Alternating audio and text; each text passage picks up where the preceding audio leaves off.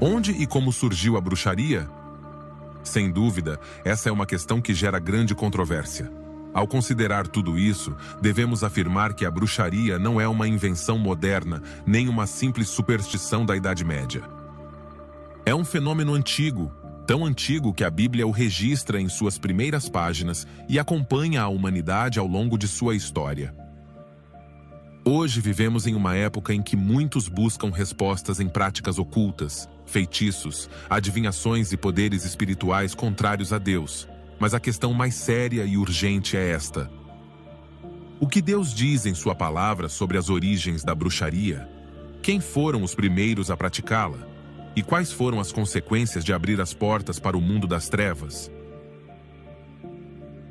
Caro ouvinte, neste vídeo examinaremos este tópico à luz das Escrituras, desconsiderando opiniões humanas, para descobrir a verdadeira origem da bruxaria de acordo com a Bíblia e entender como Deus julgou aqueles que se afastaram de sua verdade para seguir as obras das trevas. Antes de continuar, conte-nos nos comentários de que país você está assistindo e qual o nome da igreja que você frequenta. Queremos conhecê-lo e saber mais sobre você. Vamos começar.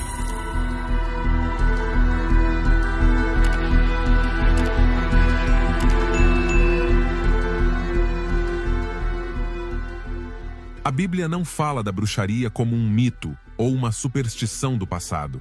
Ela a descreve como uma prática real e perigosa, diretamente condenada por Deus. Para entender suas raízes, precisamos voltar às palavras originais das Escrituras. Em hebraico, um dos principais termos é keshef, traduzido como feitiçaria ou encantamento. Os antigos rabinos, como Rashi de Troyes, explicaram que essa palavra significa corromper a ordem natural para fingir poder divino, ou seja, uma tentativa humana, inspirada por forças demoníacas, de imitar as ações de Deus.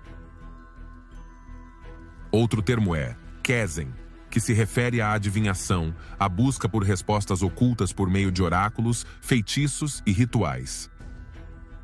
O profeta Samuel disse em 1 Samuel capítulo 15, versículo 23, porque a rebelião é como o pecado de adivinhação.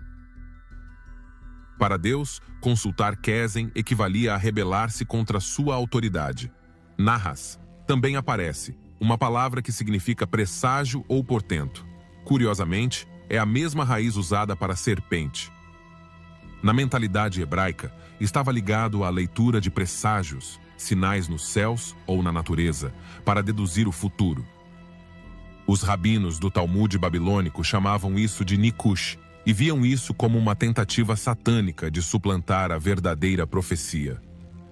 Outro termo é Anan, que os profetas denunciaram quando Israel adotou costumes pagãos. Significa literalmente praticar magia com sinais nas nuvens, uma referência à astrologia antiga, à ideia de que o destino poderia ser lido no céu. Isaías capítulo 2, versículo 6 diz: certamente você abandonou o seu povo, a casa de Jacó, porque eles estão cheios de costumes trazidos do Oriente e de adivinhos, como os filisteus. Na mesma linha, a Bíblia fala de Ov, traduzido como espírito de Piton ou médium, e de Ideoni, evocador dos mortos. Eram pessoas que alegavam se comunicar com os falecidos ou com espíritos familiares. O episódio de Saul com a feiticeira de Endor, em 1 Samuel capítulo 28, é um exemplo claro. O rabino Maimônides disse em sua Mishneh Torá que aquele que consulta um médium se entrega voluntariamente ao domínio dos demônios. Até mesmo os terafim, pequenos ídolos domésticos, eram usados como amuletos mágicos. Gênesis capítulo 31 relata como Raquel roubou os terafins de seu pai Labão, e o profeta Zacarias mais tarde denunciou os terafins como tendo visões vãs. Ao chegarmos ao Novo Testamento, encontramos o termo grego farmakeia. É daí que vem a palavra farmácia, mas no mundo antigo não significava medicina, mas sim o uso de drogas e poções em rituais mágicos. O teólogo William Barclay explicou que farmaqueia era a arte de usar venenos e drogas para alterar a mente e abrir as portas para o mundo espiritual. É por isso que Paulo a coloca em Gálatas capítulo 5, versículo 20, como uma das obras da carne que condenam o homem. Em Apocalipse, também aparece fármacos, que é traduzido como feiticeiro ou mago. No capítulo 21, versículo 8, João declara que os covardes, os incrédulos, os abomináveis, os assassinos, os fornicadores, os feiticeiros, farmacói, os idólatras e todos os mentirosos terão a sua parte no lago que arde com fogo e enxofre. O livro de Atos nos mostra figuras como Simão, o mágico, em Samaria, e Elimas, o mágico, em Chipre.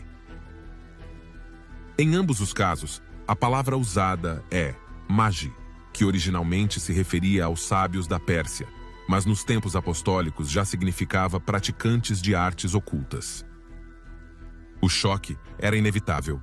O poder do Espírito Santo confrontando o engano demoníaco da bruxaria. Até mesmo Lucas, em Atos capítulo 16, fala de uma jovem possuída por um espírito de Píton que fazia oráculos. Lá, a palavra manteia é usada significando adivinhação, ligada ao oráculo de Delfos, na Grécia.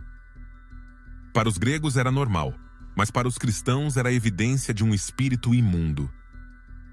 O historiador judeu Flávio Joséfo relata que Salomão conhecia as artes mágicas de seu tempo, mas as rejeitou porque elas corrompiam a fé no Deus verdadeiro.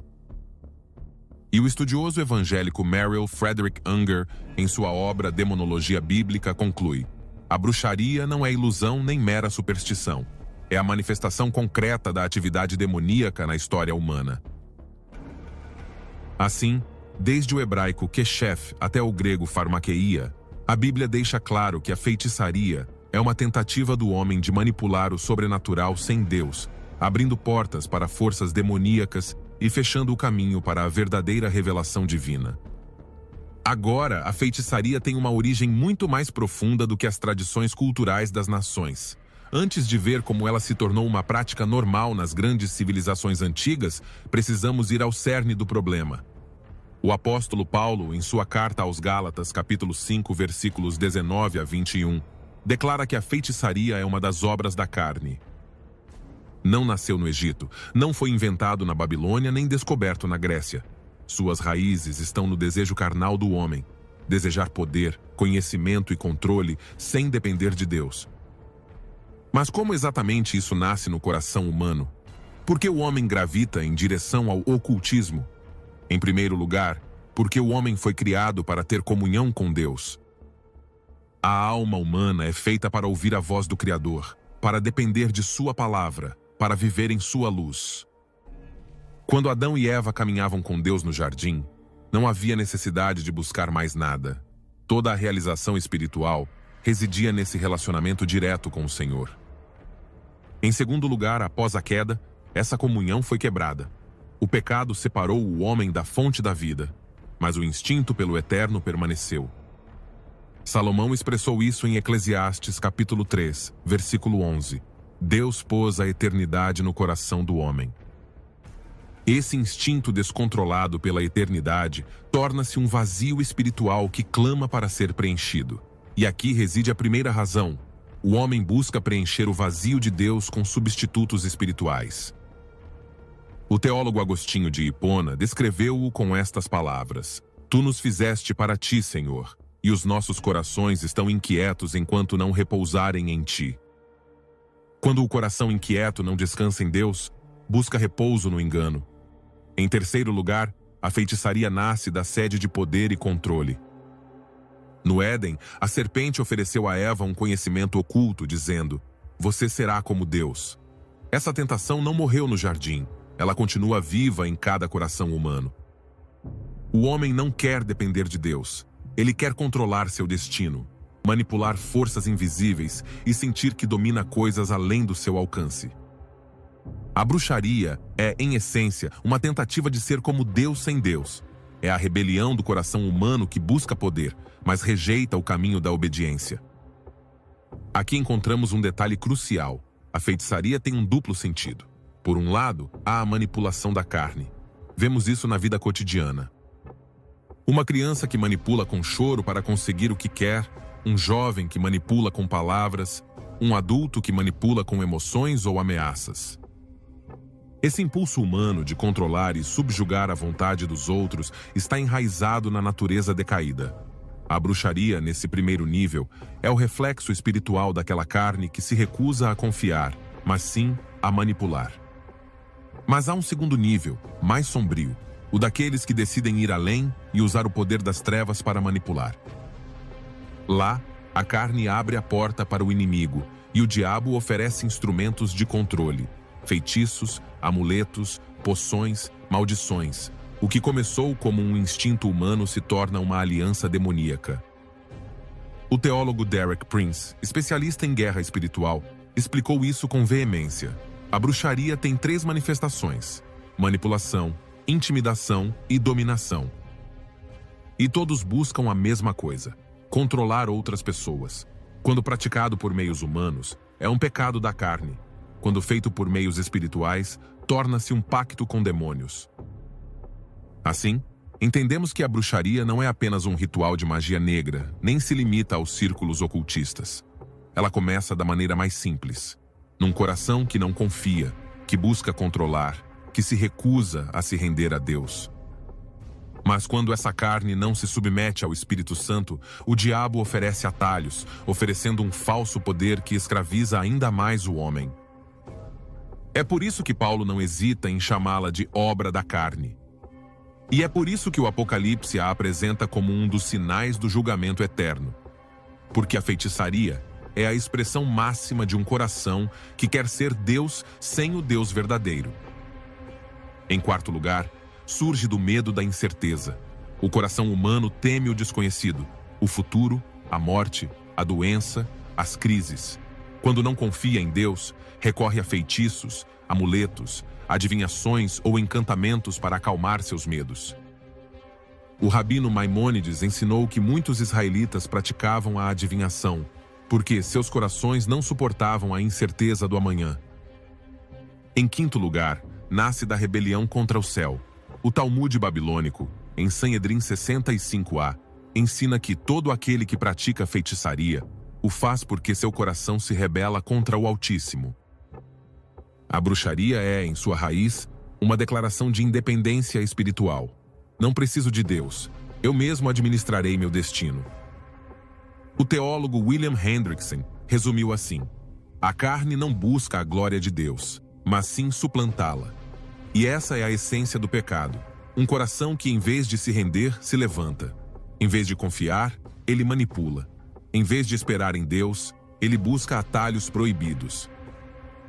É assim que a feitiçaria nasce no coração humano, de um vazio espiritual que clama pelo eterno, de um desejo de poder que quer ser como Deus, de um medo da incerteza que busca controlar o amanhã, de uma rebelião interna que rejeita a autoridade divina. É por isso que a bruxaria é tão perigosa. Não é apenas um ato externo de rituais ou feitiços.